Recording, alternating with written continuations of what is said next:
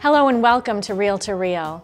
This week, Governor Charlie Baker announced Phase 1 of the plan to reopen Massachusetts, allowing some businesses and also places of worship to reopen with guidelines in place. This, of course, was welcome news for Catholics in the Diocese of Springfield, as we have all been staying at home and missing our faith communities. But what does this all mean, and how are we going to move forward safely?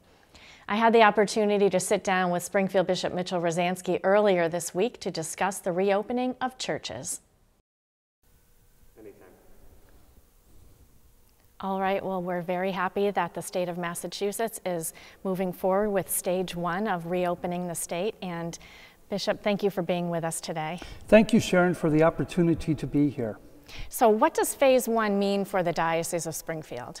For our churches in the diocese, it means that we now have permission to open up our churches to public worship, but under the guidelines that have been issued by Governor Baker in the state of Massachusetts. So, importantly, first, the 40% capacity.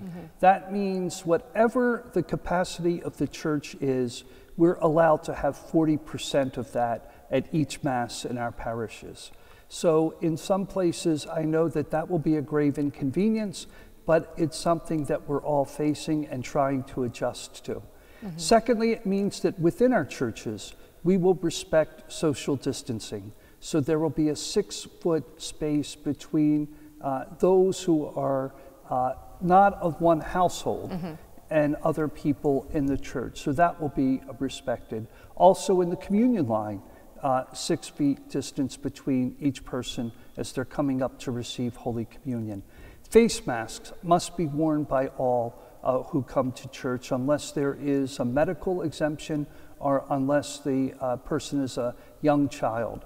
So all of those requirements that are in place for any of our public spaces are in place for public worship at our Masses. Now, I understand not all parishes in the diocese will be opening this weekend. Governor Baker issued the ability for the churches to open immediately, but we have to prepare for being able to safely receive our parishioners in our churches. So some churches will be open this weekend, but the rest of our churches are planning to open on Pentecost weekend.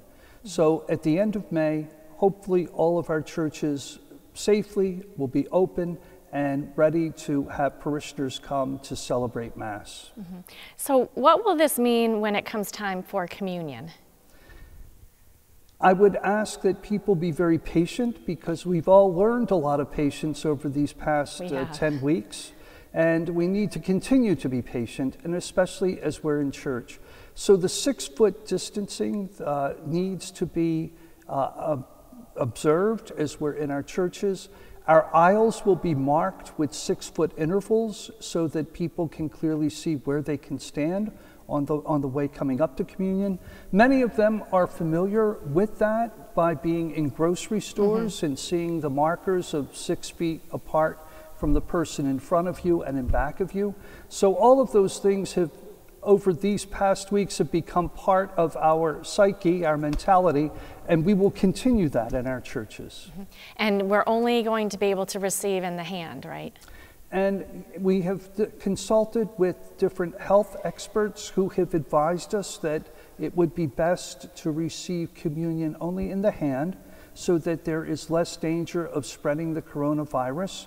And I would ask that all of our people at this point certainly observe that in receiving Holy Communion. Okay. Now, what about when it comes time to giving your envelopes? Will the ushers be passing the baskets, or how is that going to work? I'm sure that will be different in our churches from church to church. So in some churches, they have the long handles on the edges of the baskets. One usher can handle the long handle, so one usher will be per basket. If they don't have the handles on the baskets, if they're just the round circular baskets and they usually pass them, they will not be passed. So they will probably be able to put their contribution in a fixed basket in the aisle as they come to church or as they leave church. Mm-hmm. Will we be having music, choirs? When we first begin to reopen the churches, we're restricting just to organist and cantor. Okay. So, and there will be no hymnals or no pamphlets or anything in the pews, because we are removing all of them so that they are not used by people and then possibly spread the virus. So we're removing all of our pews, our hymnals, and any other materials from the pews. Mm-hmm. What about anyone who is older, vulnerable, those folks, can they still watch the Mass on TV? I'm hoping that as we reopen churches and different areas of our state, that people realize the danger from the coronavirus does not go away merely because we're opening. Mm-hmm. So I acutely realize that the danger is still there. So the dispensation from attending Sunday Mass, the obligation, is in place. So the dispensation for anyone who does not feel that they should be attending Mass or coming to church because of either their age vulnerability or because of a pre-existing condition, or even if they just feel uncomfortable coming to church because of having a crowd of people, that dispensation still stands for them. So I want to assure people that if they do not attend Mass when church is open, they are still given that dispensation until further notice. Mm-hmm. And how about during the week? I was thinking that people like to come in and pray in their churches, or if they have little chapels that are attached to some churches in the diocese, will those be open, or is that something that's going to be down the road? That would probably come down the road, okay, because every time that people gather, even in a small number, the church will need to be disinfected. So we have to make provisions for that before we could really open the churches for private prayer. Mm-hmm. All right, well, a lot to think about, a lot to look forward to, I think, in the future as things open up, but you know, you've had a lot on your plate. Everyone wants to know, how are you doing? How are the priests in the diocese doing? I really am very proud of the way that our priests have responded in so many different situations, particularly in setting up for the live stream Masses and being able to reach out to parishioners through either phone calls and through social media. They've made great use of that during this time.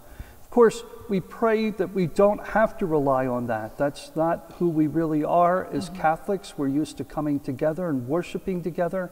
But at least during this time of pandemic, the priests have done a wonderful job in being able to reach out to our people. They really have, and I know a lot of people who have watched the Masses on Facebook and so truly appreciate it. So thank you, Bishop, and thank you for being with us today. Thank you, Sharon. Good to be able to be here and to explain a little bit of our parish openings. Okay.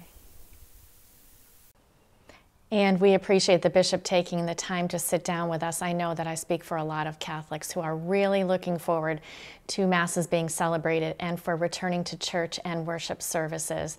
And we are grateful to the Bishop for his leadership, making sometimes unpopular but necessary decisions that protect us all.